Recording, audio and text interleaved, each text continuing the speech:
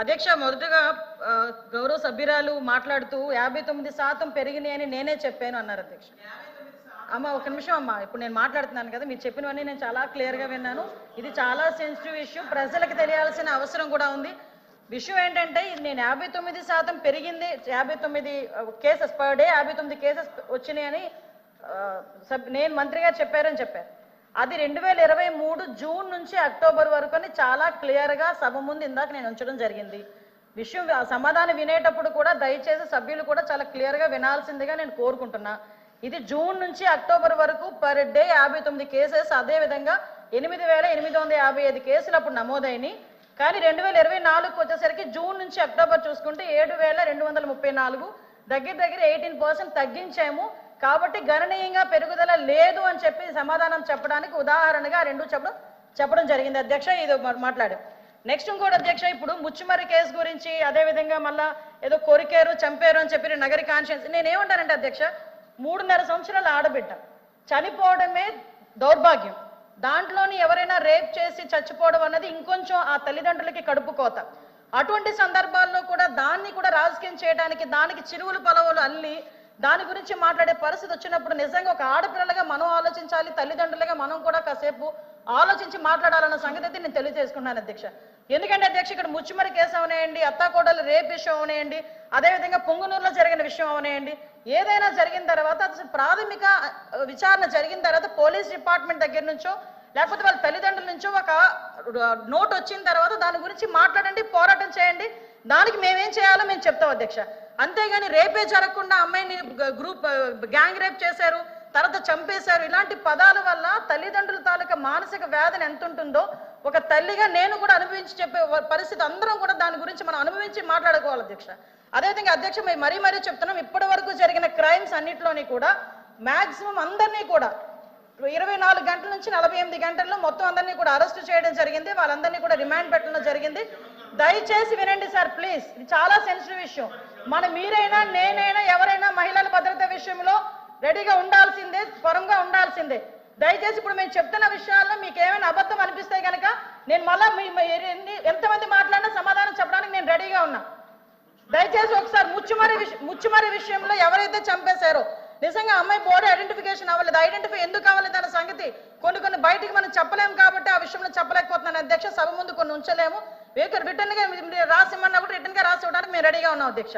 అదేవిధంగా మిగతా అన్ని విషయాల్లోని కూడా మేము పట్టుకున్నాం అధ్యక్ష. నేను నిజంగా విమర్శించాలి, ఇక్కడే కూర్చొని విమర్శించాలి అనుకుంటే 2019 నుంచి 24 వరకు సీఎం గారి ఇంటి దగ్గరలో గ్యాంగ్ రేప్ జరిగితే ఈ రోజు వరకు వెంకటరెడ్డి అనే వ్యక్తిని పట్టుకున్నారా?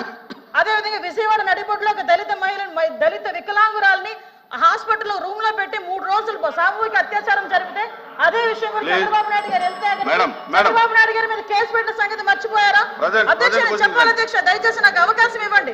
ఇలాంటి సంఘటనలు మేము చెప్పాలంటే కొన్ని కొల్లు చెప్తాం, ఇలాంటి సంఘటనలు అది కాదు ఈ రోజు జరగాల్సిన సంగతి గురించి.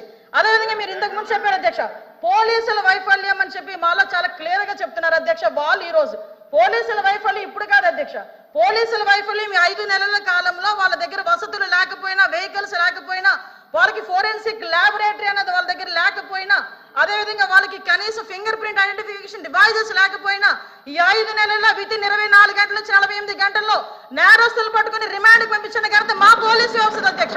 5 సంవత్సరాలు పోలీసులు ఎట్టున్నారు అధ్యక్ష?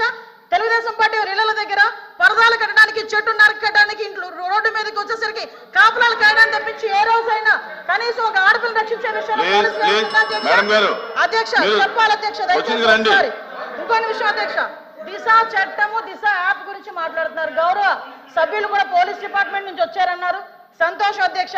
అధ్యక్ష, పోలీస్ డిపార్ట్మెంట్ లో వచ్చిన మా సభ్యులకి కానీ మీ చైర్కి కానీ అడుగుతున్నాను అధ్యక్ష, అసలు దిశ చట్టం అనేది ఉందా? దిశ చట్టం చట్టబద్ధత జరిగిందా?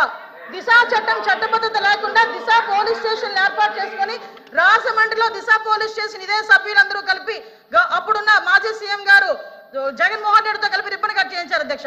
ఇక్కడ ఎంత దౌర్భాగ్యమైన పరిస్థితి అంటే అధ్యక్ష, అదే రోజు సాయంత్రం ఒక సామూహిక అత్యాచారం 3 రోజుల పాటు ఒక మైనర్ బాలికని, దళిత బాలికని అత్యాచారం చేసి అదే దిశ పోలీస్ స్టేషన్ ముందు వదిలేసి వెళ్ళారు అధ్యక్ష.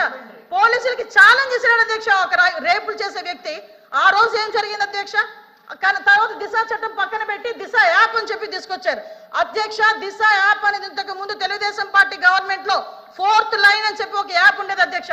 దాన్ని కన్వర్ట్ చేసి దిశ యాప్ అని పెట్టారు. నిజంగానే దిశ యాప్ ద్వారా నిజంగానే నేరాలు తగ్గించేసాము, లేకపోతే నేరాలకు సంబంధించి మేము చాలా మందిని పట్టేసుకున్నామంటే రికార్డ్స్ ఎందుకు నేరాలు పెరిగిపోయినాయని చెప్తుంది అధ్యక్ష. దిశ యాప్ కాదు అధ్యక్ష, ఈ రోజు దిశ పోలీస్ స్టేషన్ అన్నారు.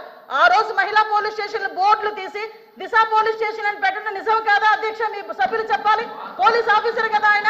ఆ రోజు దిశ మహిళా పోలీస్ స్టేషన్ బోర్డులు మార్చి దిశ పోలీస్ స్టేషన్ అని ఏర్పాటు చేసి ఈవెన్ నిర్భయ యాక్ట్ గురించి చెప్పారు. నేను అన్ని విషయాలు మాట్లాడడానికి సిద్ధపడి అక్కడికి వచ్చా.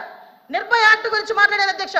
దిశ చట్టం అని చెప్పి లేని చట్టాన్ని తీసుకొచ్చిన తర్వాత చాలా మంది దిశ పోలీస్ స్టేషన్కి వెళ్ళి మేము కంప్లైంట్ ఇచ్చామంటే దిశ చట్టం ద్వారా మేము నోట్ చేస్తున్నామన్నారు.